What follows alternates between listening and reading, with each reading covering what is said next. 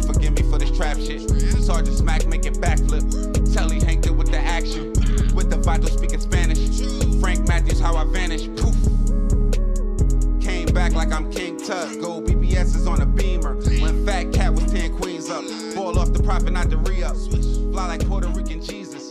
Uptown like I'm Baby May. Just caught a touchdown from the bay. A popular YouTube personality is gunned down while driving through Chicago's Printers Row neighborhood. He's identified as Zack Stoner, known on YouTube as ZackTV1. Around 1 in the morning, police say a gunman in another car pulled up alongside Stoner's vehicle near Clark and Polk Streets. Multiple shots were fired. Stone was hit at least once in the head, then lost control of his vehicle, crashing into a light pole. A witness, several stories up, posted this Twitter video moments after the crash. It appears to show a group of people at the scene getting into another vehicle, then driving off before police arrive. Once again, it's eliminate nothing else. You know what I'm saying? But that's neither here or there.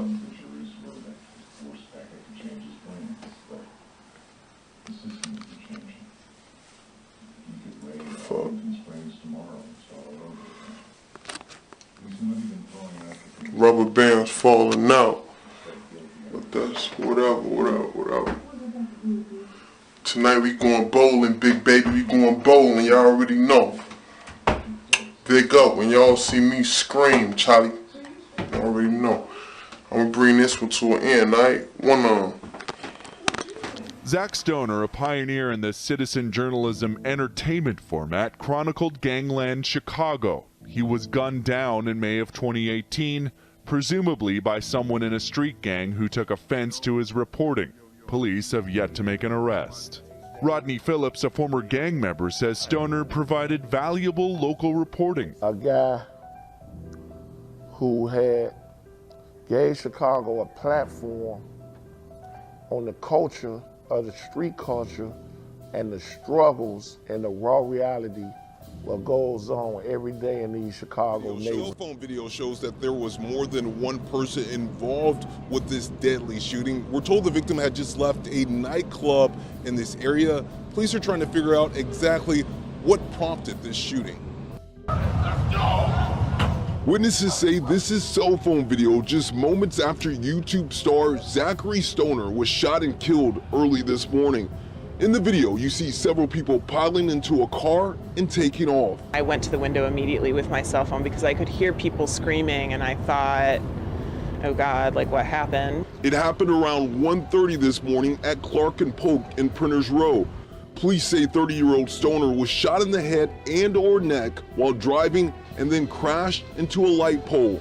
He was taken to Northwestern Memorial Hospital where he was pronounced dead. Over in South Suburban Harvey, his neighbors are stunned. He was always a good person, and to hear that something like that happen it's heartbreaking. Stoner founded the YouTube channel ZackTV1. The channel features interviews with local rap artists and chronicles life in some tough neighborhoods. It has more than 176,000 followers. You know, whatever it is that you're trying to do, keep doing it because a lot of people look up to you. And a lot of the kids that's on this block, even my children, they look up to him. Family members say Stoner helped many people share their stories. He felt that everybody should have a voice. So he tried to be the voice for everybody, those that didn't have a voice. This is going to be a tremendous loss, not just for our family, but for Chicago as a whole. I just reached out to CPD a short time ago. Area Central detectives are investigating this deadly shooting. They have no one in custody. Now, I'm sure nobody, not even himself, would have known on July 18th, 2009, when he would upload a video titled Summer Camp 09, that he would be able to take it this far. Chicago, what up though? We in the land on business. It's your Popalot. Now, when ZackTV Stoner died on May 30th, 2018, it not only really shook Chicago, it really changed the game and shook the journalistic world, as his death was covered by USA Today, Billboard, BET, the Los Angeles Times, the Chicago Sun-Times, the Committee to Protect Journalists. And in a sense, that's crazy because if you go back and look at the history of his channel when it first started, it looked like he was just willing to record anybody that wanted to step in front of it. But by the end of his legacy, he was able to capture the life of a lot of people that would go down in street lore and the time in Chicago that I think will go down in infamy, with a lot of the main players locked up for a long time or not even here no more. Guys like Fredo Santana, L.A. Capone, Rondo Number 9, MOBB Crump. But with him starting his channel back in 2009 and it began to steadily take off, he was one of the main guys in the forefront trying to break through to make sure that artists from his city had a voice. And I'm going to say that it's no coincidence that just a few years after that, that Chief Keef and his GBE collective would pretty much kick the door open and make a way for a lot of the artists that we grown to know and even some that we hear now. And the more I think about it, the only thing more crazier than ZackTV's meteoric rise to success with just a camera in his hands in the hood would be the circumstances surrounding his tragic death in May of 2018. And with his death, it would leave a hole in the city, musically, but almost also journalistically, because there wasn't too many people that were willing to go in the trenches and go to the places that he would go to capture some of this talent. So right after his death, a lot of the people would take to the internet and they would voice how they felt, like FBG Duck saying the people that killed ZackTV are some bitches, or another Chicago artist, Rico Reckless, saying how he told Zack to stop filming in the areas that he was filming in. But it's crazy, and one big misconception some people might have about his death was he didn't die during the course of filming the interview.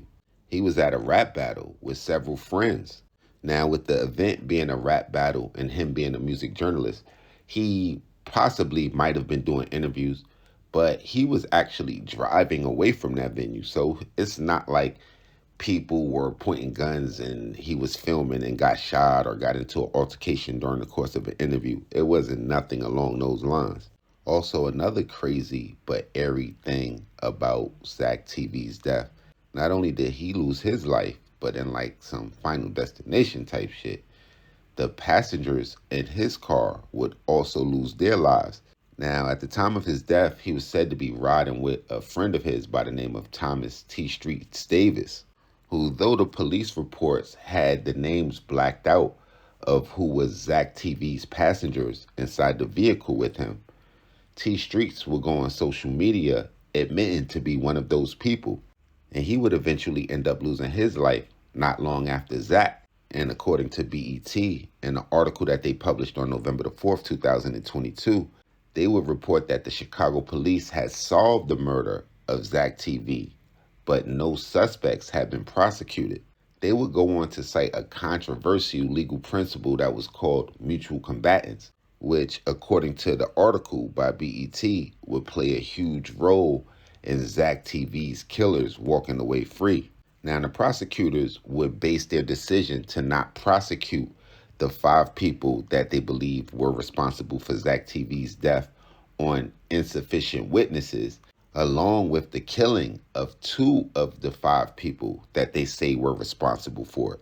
Now, according to the Chicago Police Department, they would say that the prosecutors cited the possibility that ZackTV's homicide was a case of mutual combatants, going on to explain to the Associated Press that mutual combatants is a legal concept from an era of prearranged Old West gunfights and duels between noblemen, in which the sides in a conflict agree to fight on equal terms. Pretty much saying that ZackTV and his boys was with the smoke, even going as far as saying that people from ZackTV's car fired back at the other car. And a lot of people would say that the decision not to prosecute ZackTV's killers would raise questions about whether Chicago gangs can go unprosecuted if authorities can't determine who started a gunfight or who returned fire in self-defense. And though the mutual combatant stance used by the prosecutor in ZackTV's murder is not used that often, in a separate case in 2021 involving 4 members of the Four Corner Hustlers, prosecutors would end up declining to go with first-degree murder charges, saying that mutual combatants was the reason for their rejection, according to the Chicago Sun-Times. So even in ZackTV's death and the death of the passengers in the vehicle with him, it's even more and more mystery surrounding the entire situation that led to that. Immediately after his death, people would hop on the internet and they would cite specific things that ZackTV was covering, where he would say himself that he was getting certain death threats, and they would try to connect the dots that way. But some people even say that with the lane ZackTV was making and the content that he was covering, police really didn't have a lot of interest in solving his homicide. Now, y'all definitely let me know what y'all think as far as the impact that ZackTV had on the culture. Doing this episode made me think, who would be the 4 faces on Mount Rushmore of Chicago? I guess a lot of people, or I'm sure a lot of people would probably say guys like Chief Keef and Dirk. But who are those other faces? For those of you guys that was not hip to ZackTV, y'all go hit his channel, ZackTV1, run up those views, check out some of his old work. Y'all get downstairs in the comment box, y'all run it up, let us know what cities we need to go to, what stories we need to tell, what I got wrong, what I missed, what gangsters I have not covered. Tap in directly, Instagram, Twitter, POP_A_LOT. Until the next time, we appreciate y'all rolling out the red carpet, Chicago. It's your ace, Popalot. Salute the almighty mob.